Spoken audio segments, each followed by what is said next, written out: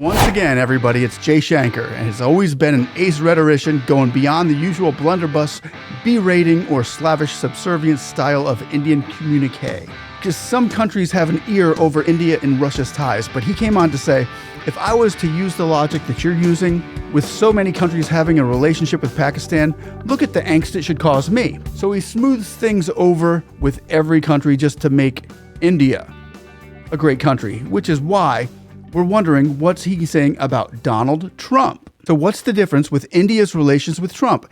And how does Jaishankar feel about the man that the Americans have voted into the White House? Well, grab a drink, because as usual, and as always, Jaishankar's going to seamlessly stitch together the rips and fill the voids with dialogue that makes things make sense. And please like and sub if you feel led, and we do appreciate you. What do you make of the first 41 days of the US's new foreign policy? Is it good for India? Is it good for the world? Well, it's interesting. And I think, and some of it, I must say in all honesty, is not surprising.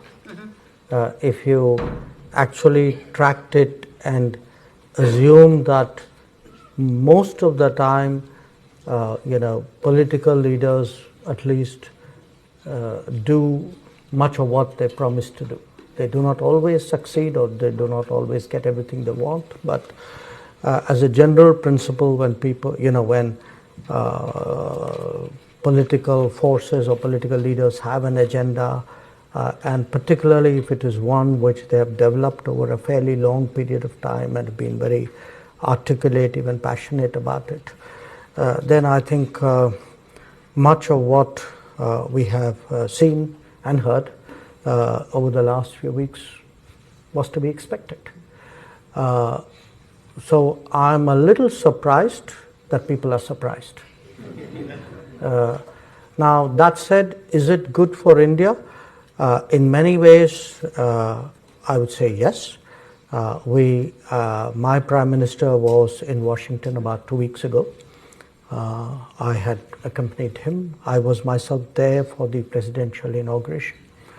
And when I look at our interests and our expectations of the relationship, I think there's a lot of promise we see there. Conceptually, I think we see a president and an administration which, in our parlance, is moving towards multipolarity. And that is something which suits India. When you say that they are moving towards multipolarity, do you mean accepting or even encouraging there being many poles of power in the world? I think practicing, and by practicing, promoting. That since 1945, one tends to think and talk about the United States as U.S. and the Western world. So it's more like a bloc rather than a nation. I think what is quite clear is the US's own self-perception is now more as a nation and perhaps a little less as a bloc. Not entirely,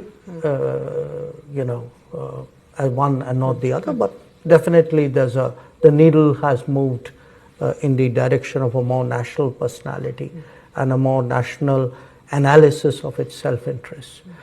If one looks, at our own relationship politically, to be very honest with you, we've never had any issues with American presidents, at least in recent times. There's no baggage which we carry or burden that the relationship carries. I think from President Trump's perspective, the one big shared enterprise that we have is the Quad. And the Quad is an understanding where everybody pays their fair share. So there's no spat about who's paying for whom. There are no free riders in Quad. So that's a good model for which works. which was restarted during President Trump's first term. And if I were to look at some of the big priorities of this president, many of them actually work for us. He seems to be, for example, committed to keeping energy prices reasonably affordable and stable. We welcome that. He is putting a lot of emphasis on tech, on the development of tech, on the use of tech as a game changer in global politics. I think that offers a lot of possibilities, for us. He appears open to connectivity initiatives of a certain collaborative nature. We have deep interest in that. So I would say, and of course, he has a certain view of trade, as you may have noticed. I was sitting here thinking we've got this far without mentioning. More as nation and less about bloc. Isn't that what the majority of the world wants, being a multipolar world, each sovereign country living within their own cultures, drafted in one accord for each one to carry their own load? Just the idea of a unipolar world makes many nations uneasy, since it's a world, however, of so many different cultures, beliefs, and styles. And Jaishankar, he goes further into this as one of the reasons he appreciates Trump. One of his examples was when he explained having the laws of the jungle over the laws of being in the pen. The pig pen I think he's talking about. Check it out. I think calling the change, saying this is your alternative or else it's the law of the jungle, is a kind of scaremongering tactic. It isn't the law of the jungle. I mean, it's from a very cozy room, everything looks like the law of the jungle. Out there, it's a more competitive world. It's a world where more countries have the freedom and the choice to pursue their interests. I mean, if that's the jungle, I'll take my chances on it. Because I'd rather be in that jungle than be in the pen which a few people control. Excellencies, the world is currently experiencing profound shifts driven by geopolitical tensions, geo-economic forces, and geotechnological advancements. They all have sweeping implications. As we look ahead, there are both immediate and systemic challenges and opportunities arising from them. Even as we address those, let us be clear that the world is inexorably moving towards real multipolarity. In such a scenario, the SCO will only become more important. But its true value would depend on how well all of us can cooperate. I am the foreign minister, so it would be remiss of me not to speak a little bit about the world. As you say, I do believe something happened yesterday. Just a small thing. Yes. I think probably, to my mind, 4 or 5 important consequences for the relationship and for the business aspect of the relationship. One, there was already a reordering of supply chains which was taking place. It is very likely that in view of the election results yesterday in the US, that this would accelerate. I'd be very candid with you. I mean, some of it would certainly be somewhat disruptive, but we in India perceive it as an opportunity, because having kind of missed the manufacturing bus in the 1990s, early 2000s, we do think that this reordering of supply chain gives us a sort of second bite of the apple, and maybe this time around, starting with Apple, we are doing better than we were doing earlier. Jaishankar sees this as a moment for India to get in on the ground floor in many ways, which will give them a better and more secure position in the world of trade and technology. Interesting. Why don't you let me know what you think about that? Both the economic and political logic of an earlier era needs refreshing. Much of the architecture will undoubtedly continue because we are too deeply invested in it. But some of it, certainly, perhaps aspects that are critical and sensitive, will be more nationally driven. We are truly entering a time of multipolarity and rebalancing. The sooner we come to terms with this reality, the better for all of us.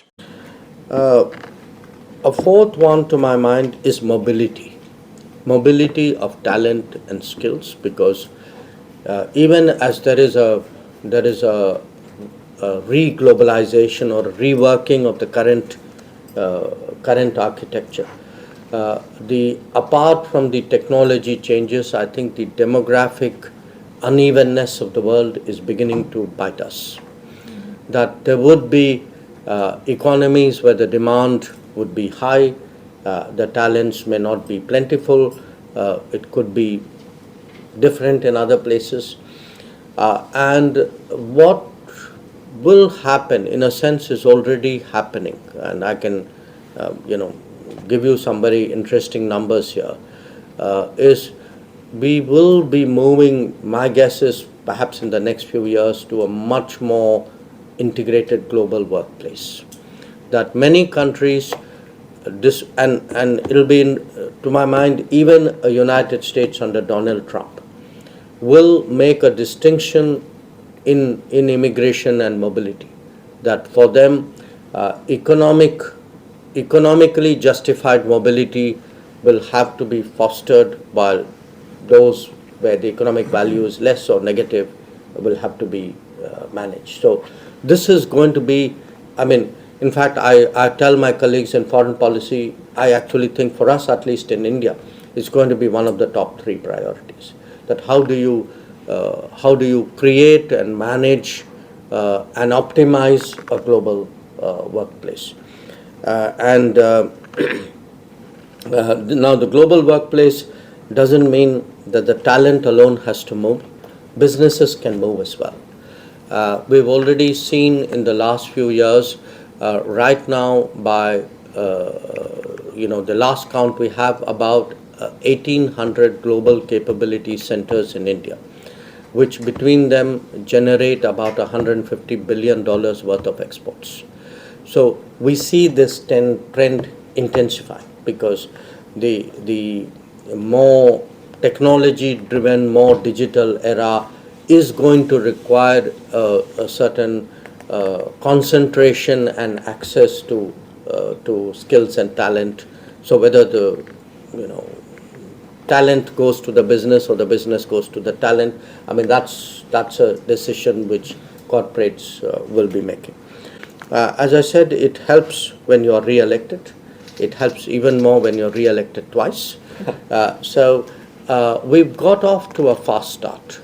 We've done less than 150 days of the third term. But even in this period, we have made we've taken some very big calls. And finally, as I said, prepare for this different world which we are looking at, a world of AI, a world of EV, a world of really greener services and greener products. So that's really the picture which I want to present to you. Finally, someone who can talk about the issues where the rubber meets the road. The future is actually looking pretty good, even with Donald Trump. And he says they're going to make it a priority to start sending American businesses and businessmen and businesswomen to India, as well as send Indian businessmen and women and Indian businesses to the United States. That should give us some hope here. It gives us hope that intertwining countries and people and skills and talents from one part of the globe to next, and we have this hope that we can begin to imagine what a multipolar world looks like. Jaishankar is a man with God-given method of explanation of Einstein material in a childlike form so that anyone can understand him, and I'm so thankful to know about this man, and I hope that this encourages you all on the bright future that we can hope to make for ourselves, our children, and our children's children. So let me know what your thoughts are about Jaishankar's words about Trump in the future. Let me know below in the comments, please. I know we all have our own voices that may tend to agree and disagree, and that's how God made us in our own unique way. I want to thank you all so much for watching. We are so grateful and appreciative of you. And before you go, let me leave you with this final half-translated speech from Jaishankar. Blessings, joy, and have a great rest of your day. Bye-bye. My brother has just come as his guest. We had gone to his oath-taking ceremony, gave us good treatment. Now he would have his own message, right?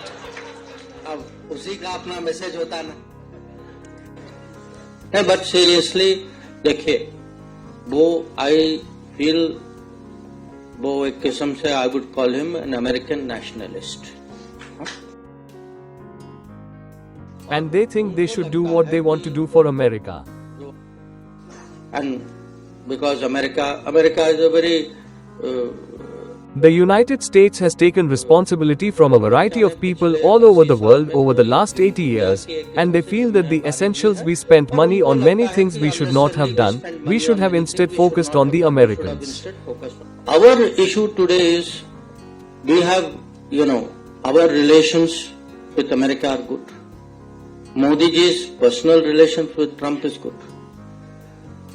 When I look, what are their policies, there is nothing which is country to country negative about us. So I am quite confident that yes, he will change many things.